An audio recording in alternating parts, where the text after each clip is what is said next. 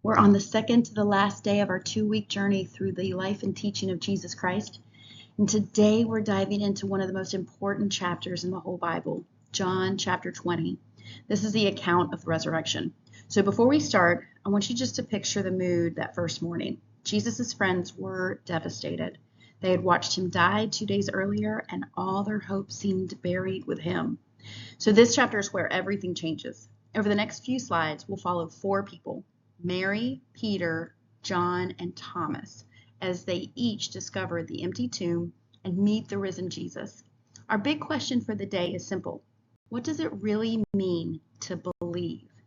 Keep that in the back of your mind, and let's step into that garden at dawn.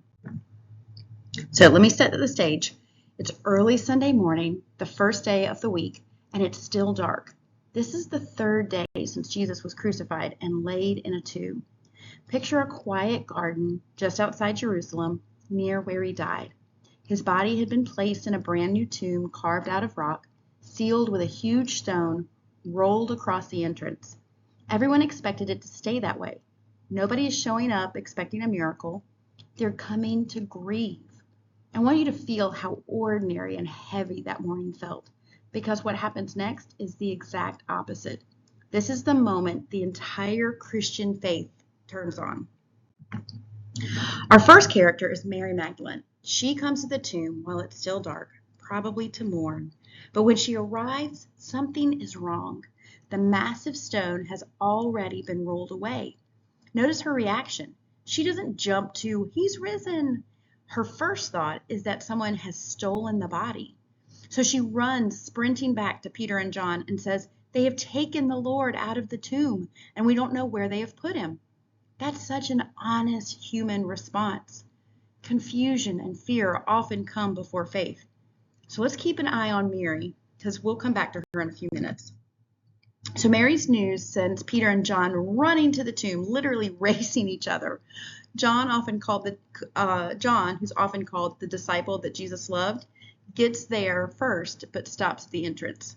So Peter, being Peter, barrels right inside. And here's a detail John wants us to notice. The linen cloths that had wrapped the body are lying there, and the cloth that covered Jesus' face is folded up by itself.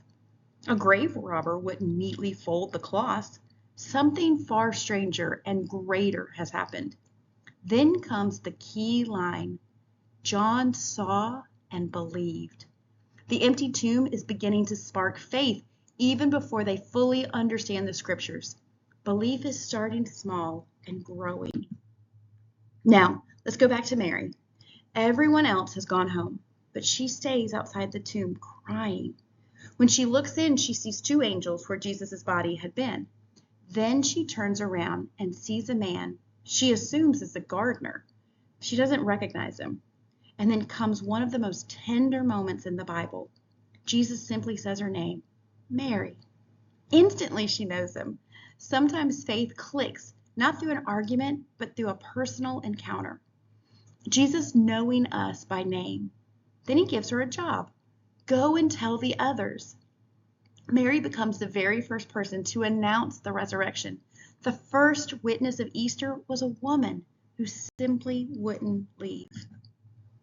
That same evening, the disciples are hiding behind locked doors, and they're terrified. They're afraid that they might be arrested next, and suddenly Jesus is standing right there among them. His first words aren't, "Where were you when I needed you?"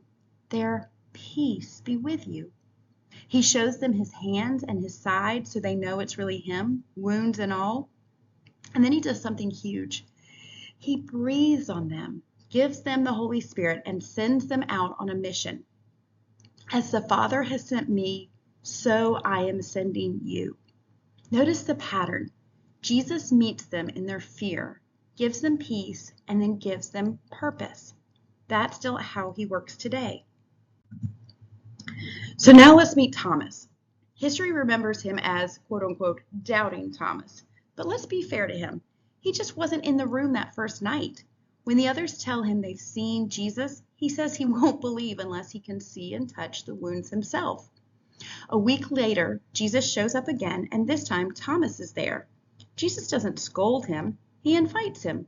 Put your finger here. Stop doubting and believe. Thomas responds with the biggest confession in the whole gospel, "My Lord and my God."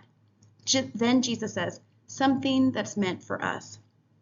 Blessed are those who have not seen and yet have believed. That's you and me. We weren't in that room, but we're invited to believe. Here, John steps out from behind the camera and tells us why he wrote all of this. He admits Jesus did many other miracles that didn't make it into the book. So why include these particular accounts? Well, John says it really plainly. These are written that you may believe that Jesus is the Messiah, the Son of God, and that by believing you may have life in his name. That's the whole purpose. This isn't just history or a nice story. It's an invitation. John is basically looking through the page at the reader and saying, I wrote this for you so that you can believe and truly live.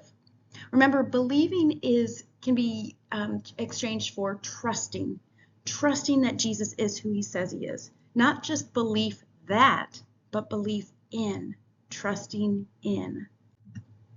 So let's pull it all together with these 4 takeaways. 1, the empty tomb is the turning point of history. Jesus really rose, and that changes everything. 2, faith usually grows out of a personal encounter.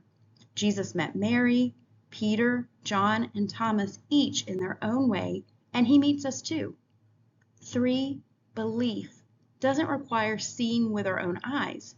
Jesus specifically blessed those who believe through the witness of others, and that includes us. 4, the resurrection isn't only about the past. It offers new life today and hope to anyone who trusts in him. So my closing question for today is, where in your life do you need the peace and the fresh start that the risen Jesus offers? Sit with that a moment when you spend some time in prayer this week. All right, our last message is tomorrow, and join me then, and we'll wrap it all up. All right, take care. Bye-bye.